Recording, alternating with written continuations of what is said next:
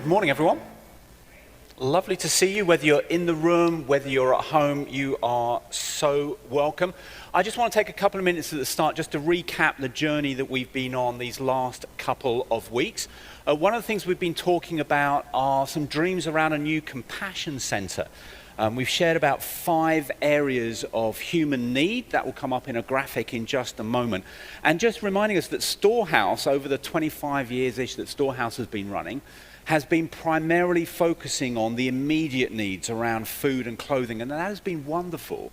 But we felt the Lord, and it's done other things from time to time, but we felt the Lord just really stir us to take a more intentional step to establish a compassion center, and in the first instance to press into security and stability needs. So walking alongside people as they look for employment, as they deal with financial challenges.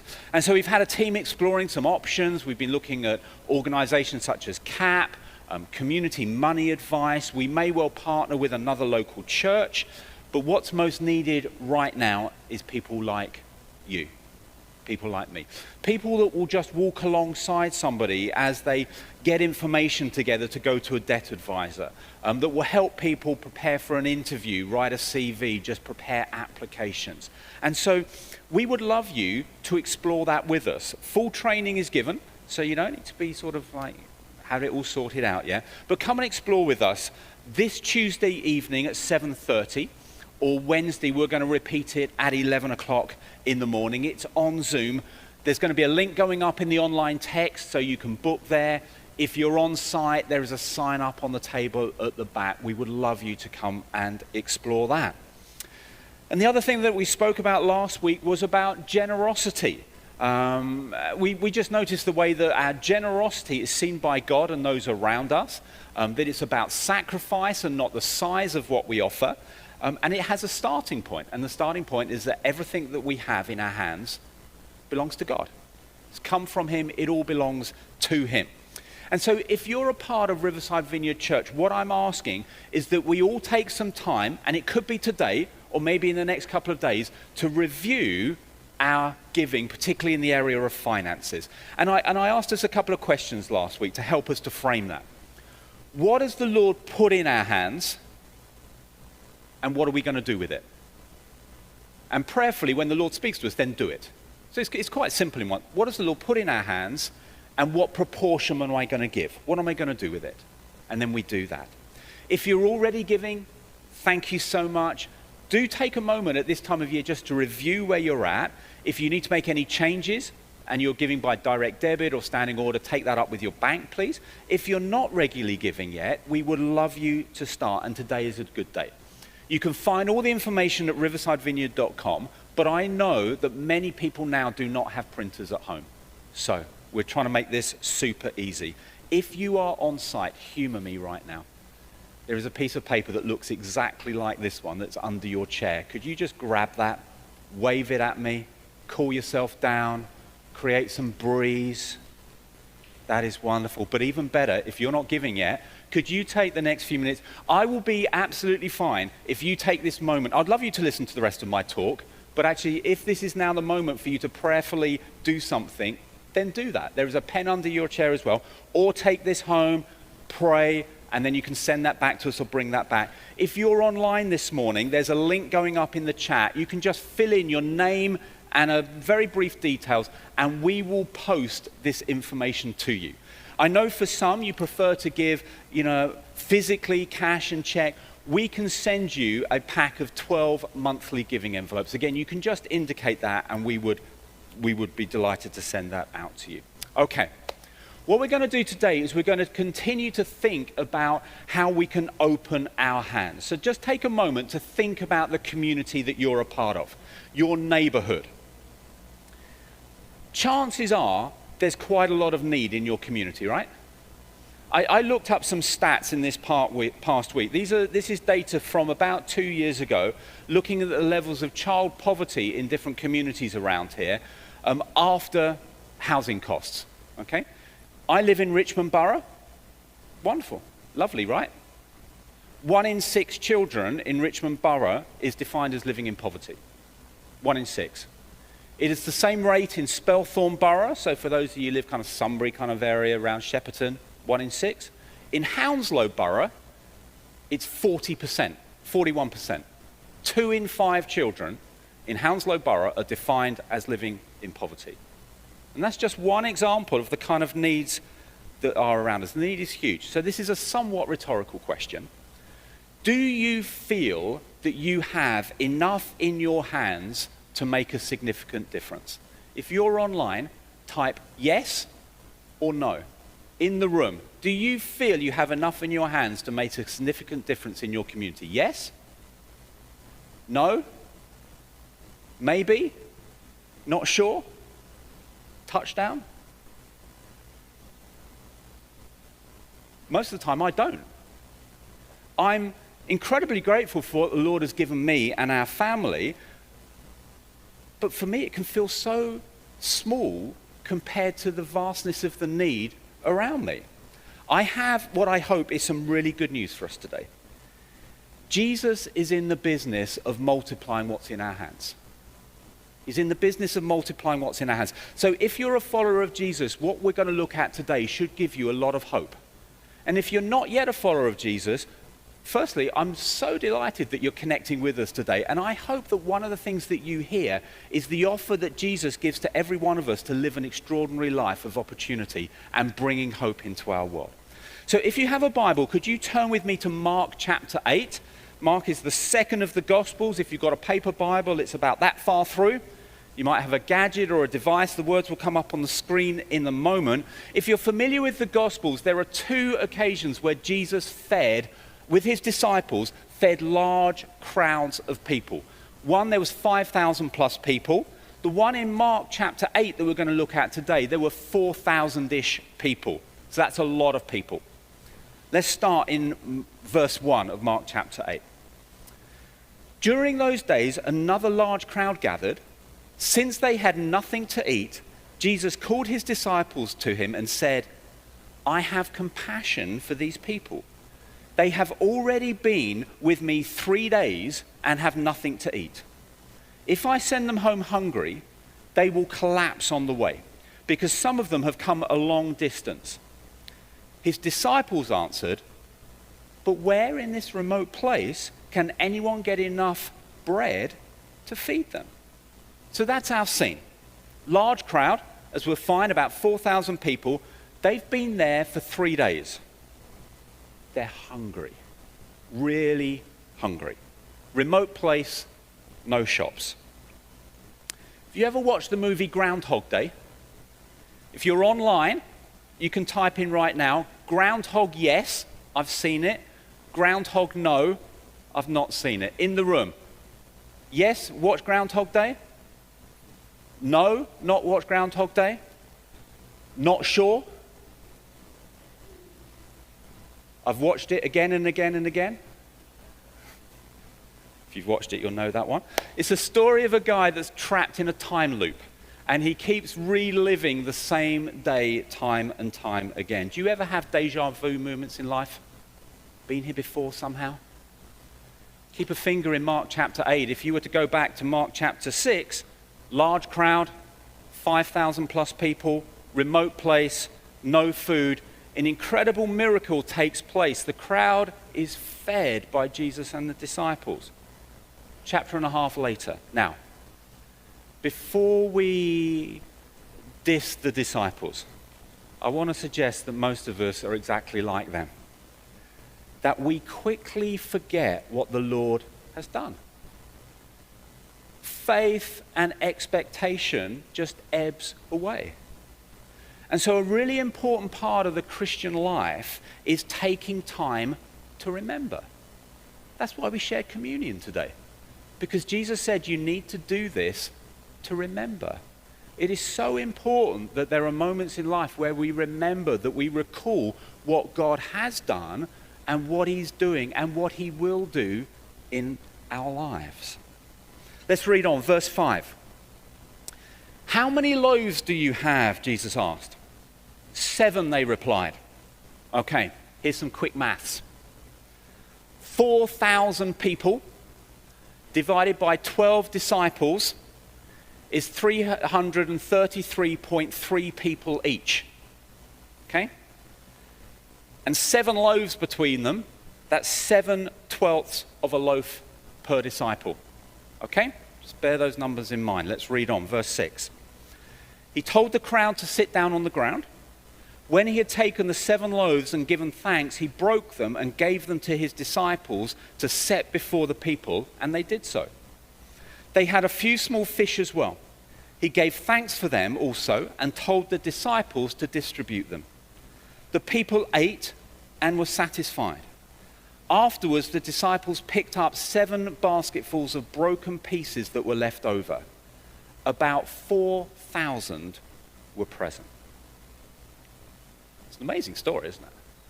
Amazing story. One of the things that I've reflected on over recent years when I've read this story and also the story of the feeding of the 5,000 is this. When did the loaves multiply? At what point in the narrative did that actually take place? Because if they multiplied in Jesus' hands, I think the account would probably read something like this. When Jesus had taken the 7 loaves and given thanks, suddenly he became utterly overwhelmed by the quantity of bread in his hands. 4,000 loaves suddenly appeared in Jesus' hands. I didn't read that, did you? I didn't read that. That's not what Mark records. What he says is that Jesus gave thanks, broke the loaves, and gave them to his disciples to distribute. So, I think it was like this. Jesus prayed, and I've chosen a large loaf here. I've gone large, okay? And then I don't know whether he had a bread knife, but he said, right, 7 loaves, 12 of you, that's 7/12. Okay, and Jesus was very good at dimensions. 7/12 of a loaf per disciple. And I like to think that Peter was first in the queue because that was the kind of guy that Peter was. So he said to Peter, here you go, mate. This is 7/12 of a loaf. You've got 333.3 people. That's your lot. And then the next one and the next one. So just for a moment, imagine you're one of those disciples that's with Jesus. And that's what you've been given. And there's 333.3 people that haven't eaten for 3 days. What are you thinking right now? I know what I'm thinking. I haven't got enough in my hands. I haven't got enough to go around here. So remember what I said a few minutes ago. There is so much need around us, and we can feel like that, can't we? We often feel that we don't have enough in our hands. What we need is miraculous multiplication. We need something miraculous to happen. The good news is this. The little in our hands, when offered to Jesus, is multiplied. It's expanded. It does way more than we can ask or imagine, because that's what Jesus does. Now, I don't know about you, but if you're not feeling just a little bit excited right now, could you check you've got a pulse? That the little that you have in the hands of Jesus can do extraordinary things, miraculous things, because Jesus multiplies that. Even if we don't feel that we have much to give, just a few loaves, a little bit of bread.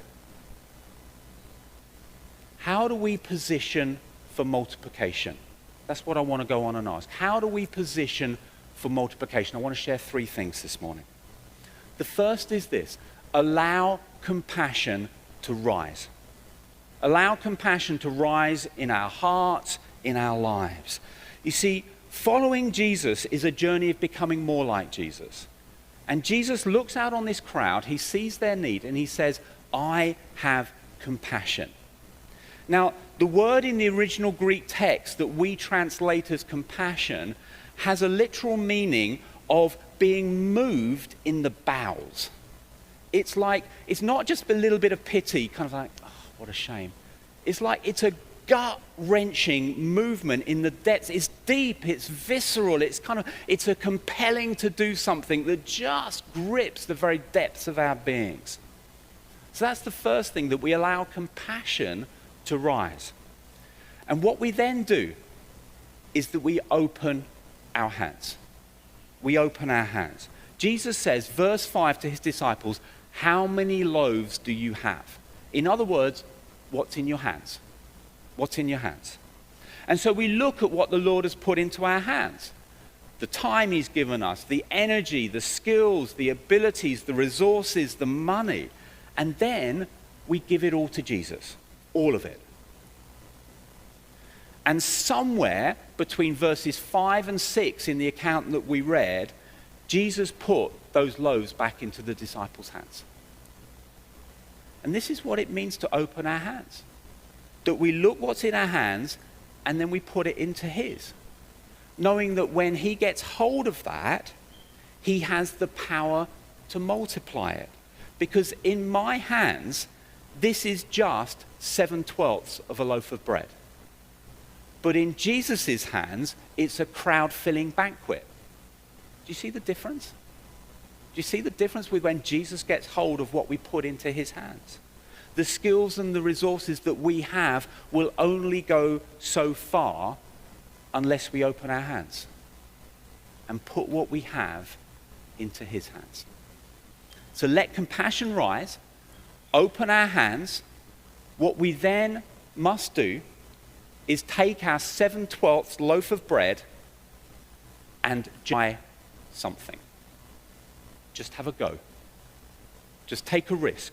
Just try something. Even though it seems a little bit crazy, just imagine you're one of those disciples.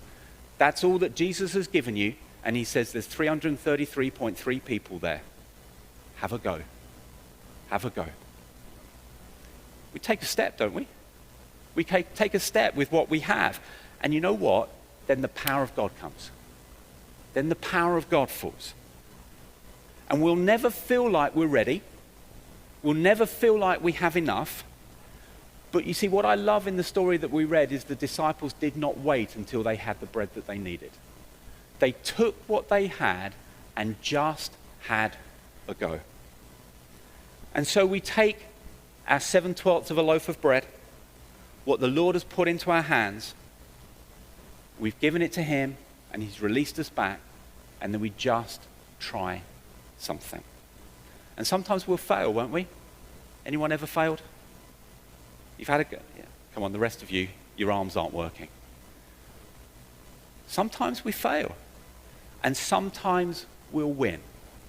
But what I want to suggest today is just having a try positions us for multiplication. You see, God's kingdom is a reality of supernatural multiplication. It's the business of the kingdom. Have you noticed? God's kingdom breaks the rules of physics. It breaks the rules of mathematics. It breaks the rules of economics. It breaks the rules of time and space. Have you noticed that as you read the gospel? Stuff happens and it leaves your head scratching if you just have an analytical approach to it. It's like, how does that work?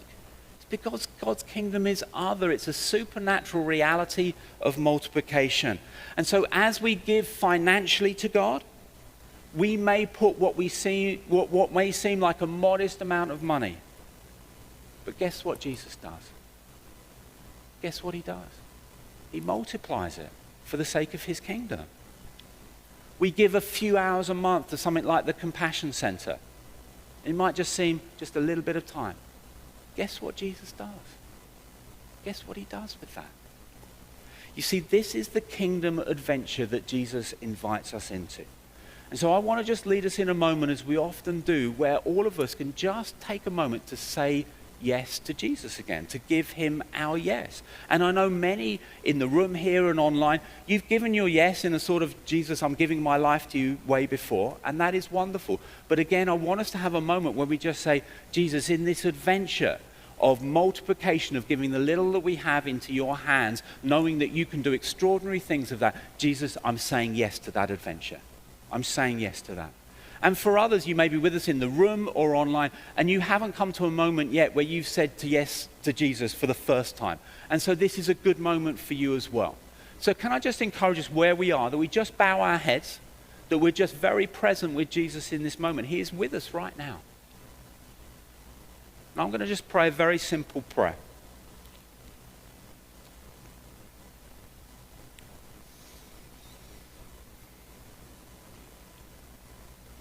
Jesus, I love the invitation that you give to me. I love the adventure that you call me into. Jesus, I'm so sorry when I go my own way and I try and create my own adventure. But Jesus, I'm today giving my yes to your adventure. I'm giving it again to your adventure. I'm giving it for the first time today to your adventure. And so, Lord, I open my heart to you. Please forgive me for the ways I've tried to create my own stuff. And Lord, would you pour your new life into me right now? As I give my yes to you, Lord, fill me with your Holy Spirit. Fill me with grace, fill me with your mercy. Fill me with courage just to try for the sake of your kingdom. I give my yes to you in Jesus' name. Now, just as we've got our heads bowed, if you've prayed that for the first time this morning, could you just look up at me and just catch my eye? Because I'd love you to acknowledge this moment, and I'd love to just be able to, have a chat at the end of our service. And if you're online, there is a button going up that says raise a hand, and you can acknowledge this moment in that way. So if you've made that, if you've said that yes this morning, just catch my eye as I look around. Wonderful. Thank you so much. Those that have, do connect with the prayer team if you're online. If you're room here, connect with myself or someone that you've seen on stage. We would love to be able to just continue conversation with you today. Wonderful. We're going to have a time to respond to the Lord in prayer. Don't worry about what's going on down in here. Siobhan is being looked after. So pray, but we're going to continue to press into what the Lord has for us this morning. And I have a sense the Lord wants to continue to release healing amongst us. So to start with, we had a wonderful story that came in following last Sunday. We gave a word about sciatic pain. If we can show the quick video, that would be wonderful. Hi there, everyone. Andy asked me to sort of just pass on my testimony from Sunday.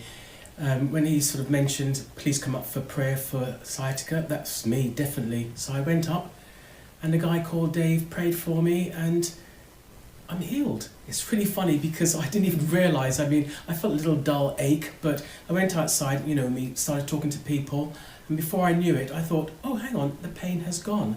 So thank you, Dave, for praying for me, but most above all, thank you, God, for healing me.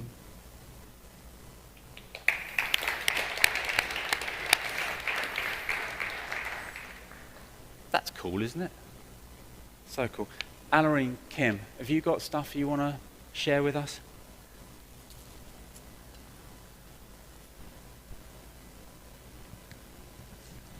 Sang a song acknowledging, Lord, you have done great things. And then you went on to give the talk that you've given, Andy. But I felt the Lord saying to me that there are some of us, as we were singing that song, we were acknowledging the great things that the Lord had done in the past, but really struggling to have faith for great things today. And I just felt the Lord saying, take that thing off the too difficult to deal with pile and bring it to me today.